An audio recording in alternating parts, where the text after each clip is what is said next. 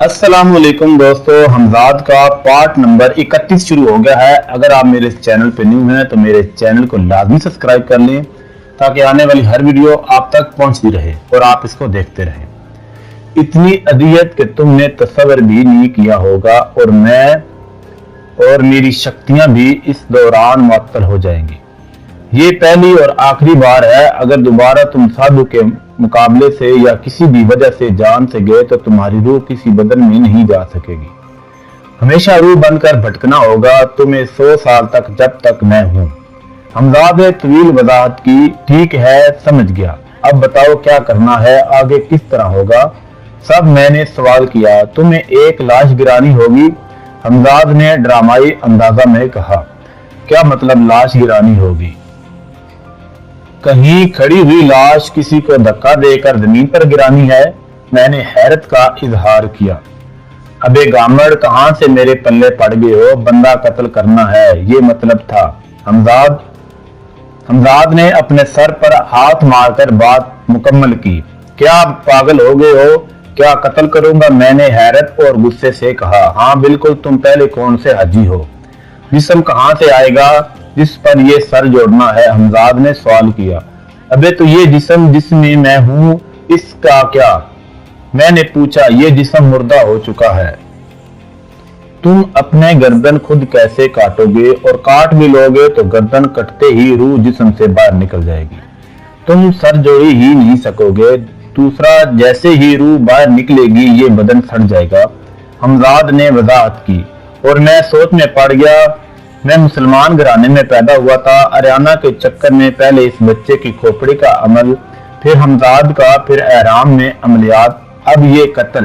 किस रास्ते पर आ गया हूं मैं? दिन ब दिन बेसुकूनी बढ़ती जा रही है। इस दलदल में धंसता जा रहा हूं मैं। इस शैतानी अमलियात की वजह से काली माता हावी हुई मुझ पर। मगर अरियाना को कैसे भूलूं? जो हो चुका है उसे कैसे पलटाऊं? फिर ये जिस्म, ये चेहरा मेरा नहीं। एक वक्त में मुतजाद ख्यालात दिमाग में चल रहे थे, मगर कत्ल नहीं कर सकता मैं किसी इंसान का, कुछ भी हो जाए। नहीं चाहिए ऐसा बदन जिसके लिए किसी मासूम के खून से हाथ रंगने पड़े। नहीं, बिल्कुल नहीं। अगर कत्ल नहीं करूंगा तो अपना चेहरा, अपनी शनाख्त कैसे वापस कर पाऊंगा? अरियाना किसी और चेहरे से प्यार करेगी, मेरे घर वाले कैसे शनाख्त करेंगे मुझे? मेरे सब दोस्त, फैसला तुम्हें करना है। इमरान, जितना वक्त जाया करोगे सर का जुड़ना मुश्किल होता जाएगा। हमजाद की आवाज मुझे ख्यालात की दुनिया से बाहर ले आई।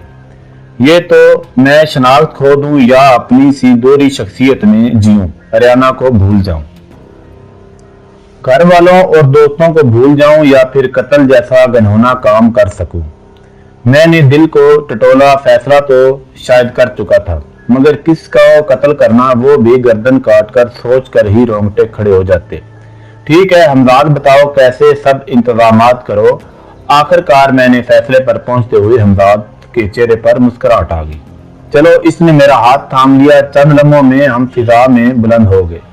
एक तरफ बढ़ रहे थे। मेरा कटे सर वाला मर्तबान हमजाद ने थामा हुआ था। बहुत देर के बाद हमजाद मुझे लेकर किसी वैरान सी जगह पर उतर गया।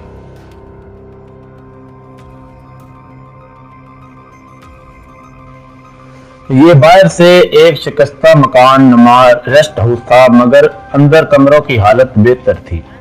बेड बिस्तर से लेकर हर चीज थी, मगर गिरदो गुबार से अटी हुई। हमजाद के साथ मैं एक कमरे में दाखिल हुआ और बेड को झाड़ पूंछ कर बैठने के काबिल बनाया।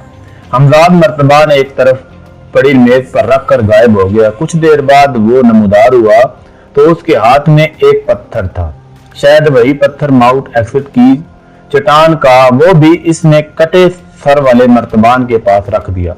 अब ऐसा बदन तलाश करना जो सर से और तुम्हारी उम्र से मुताबिकियत रखता हो, हमजाद ने कहा। ये सब तुम्हारे काम है, तुम जानो, मैंने बेदारी के आलम में कहा।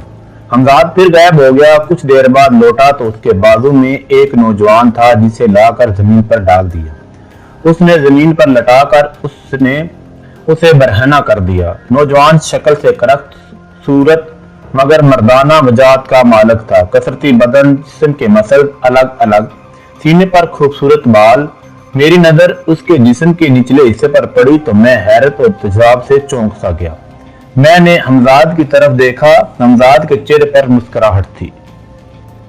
इसका दुनिया में आगे पीछे कोई नहीं है, हैरान मत हो, इसी खसूसियात की बिना पर यह गलत रास्तों का मुसाफिर है। प्यासी औरतें इसे खसूसियात की वजह से पैसे देकर बुलाती हैं और हवस की प्यास बुझाती हैं। जैसे कॉल गर्ल्स होती हैं वैसे ही कॉल बॉयज भी होते हैं। ये इन्हीं में से है, हमजाद ने वजाहत की। अब सुनो। हमजाद ने मेरी बात सुनी अनसुनी कर दी।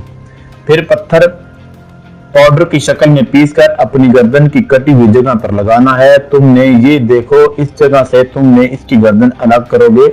हमजाद ने उंगली से निशान लगाया। बताया, गर्दन अलग करते ही खून का फुहारा निकलेगा। तुमने फौरन सर को उस धड़ के साथ जोड़ देना है।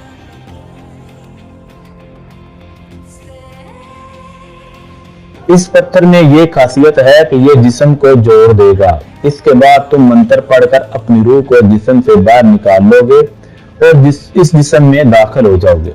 जैसे ही रूह जिस्म में दाखिल होगी, जिस्म का राब्ता बहाल होना शुरू हो जाएगा। हमजाद ने तफसील बताकर रूह निकालने का मंत्र बताया। इसी मंत्र को दूसरी बार पढ़कर मैं इस जिस्म में दाखिल होता।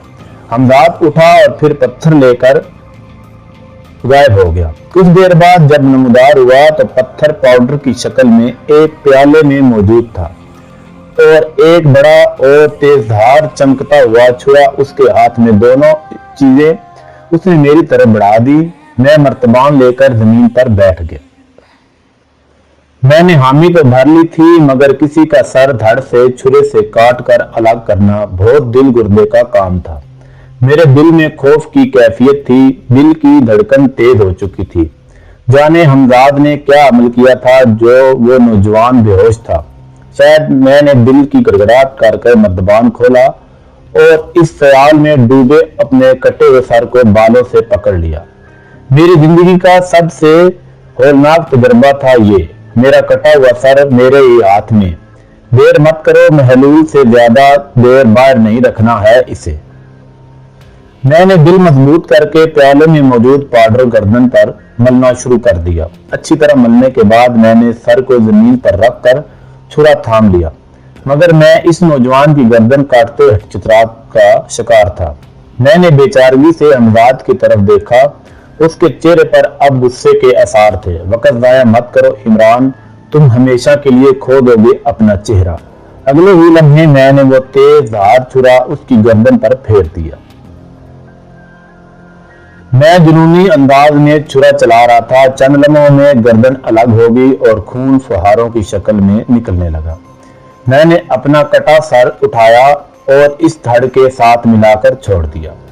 इस पाउडर में जैसे कोई गूंद की खसूसियत थी। मेरा सर इस धड़ के साथ जुड़ चुका था। मैंने अमल पढ़ना शुरू किया। जैसे ही अमल मुकम्मल हुआ, मेरी रूह जफर के बदन से बाहर आ चुकी थी। मैं वक्त जाया किए बिना इस जिस्म में दाखिल हो गया। नहीं, मैं नहीं, मेरी रूह दाखिल होगी। मेरे जिस्म को शदीद तरीन झटका सा लगा और गर्दन के मुकाम पर मुझे यूं महसूस होने लगा जैसे किसी ने आतिश पेशां काला लावा डाल दिया हो। ना काबिल बयान दर्द, ना काबिल बर्दाश्त अजियत, ना काबिल कबूल तकलीफ। मैं बेहोश आवाज से बेगाना होता चला गया।